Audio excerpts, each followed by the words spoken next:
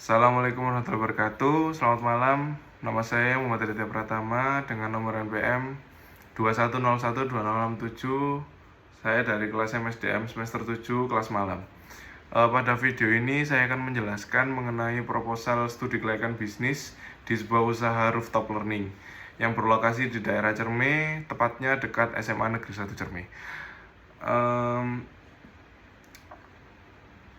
Awal mula usaha ini didirikan karena seorang pemilik rooftop learning menyadari terjadinya sebuah loss generasi di angka 66%. Itu datanya diambil dari UNICEF.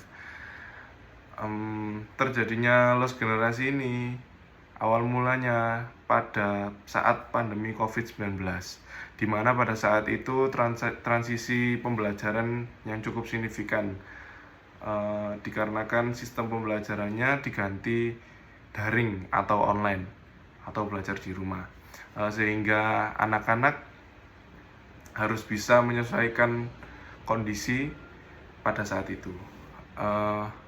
Maka dari itu didirikan usaha ini untuk membantu para orang tua yang memiliki keterbatasan waktu untuk mengajari anaknya di rumah.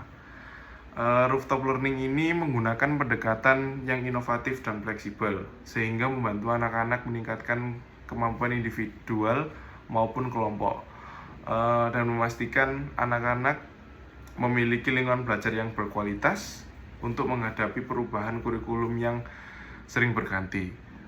Seiring ditunjuk seorang Menteri Pendidikan yang baru dengan memberikan sebuah pendidikan yang berkualitas, diharapkan bisa menyumbangkan anak-anak untuk menyongsong generasi emas 2045, di mana tepat 100 tahun ulang tahun Indonesia.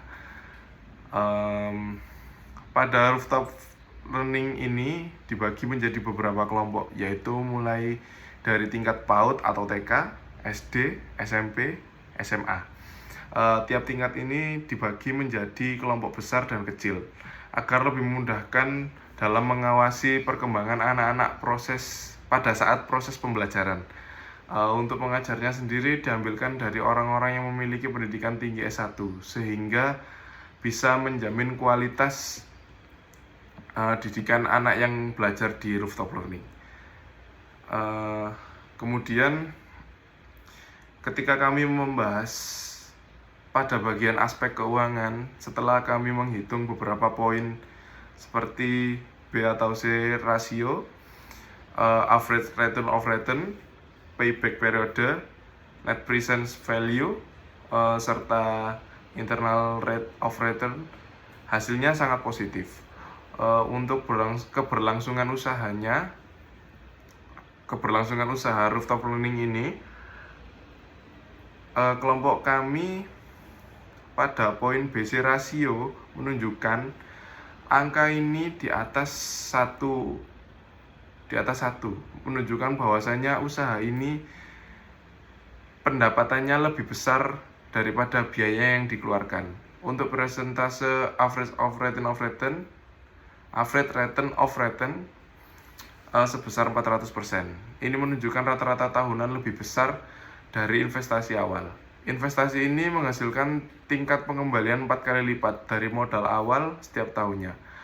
Untuk hasil payback periode sendiri, hasil perhitungannya menunjukkan bahwasannya investasi awal bisa kembali dalam kurun waktu 3 bulan, serta untuk net present value-nya berada di angka 175 juta. Dengan perolehan hasil ini menunjukkan bahwasannya usaha ini sangat menguntungkan serta memiliki nilai tambah yang besar dalam jangka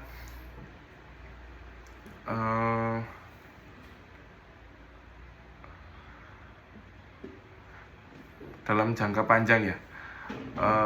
Kemudian persentase internal rate of return sebesar 289%.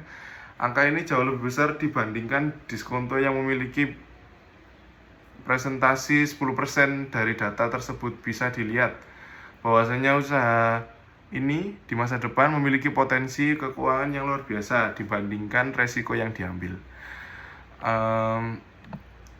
Usaha ini didirikan dengan harapan bisa memberikan sebuah pembelajaran yang inovatif dan kreatif sehingga bisa meningkatkan kualitas belajar setiap anak.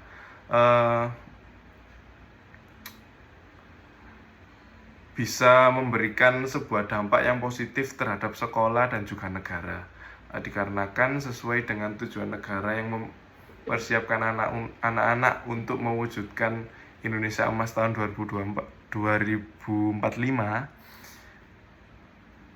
Jadi didirikannya usaha ini. Mungkin itu saja penjelasan dari saya. Sekian. Ini proposal studi kelayakan bisnis usaha rooftop learning.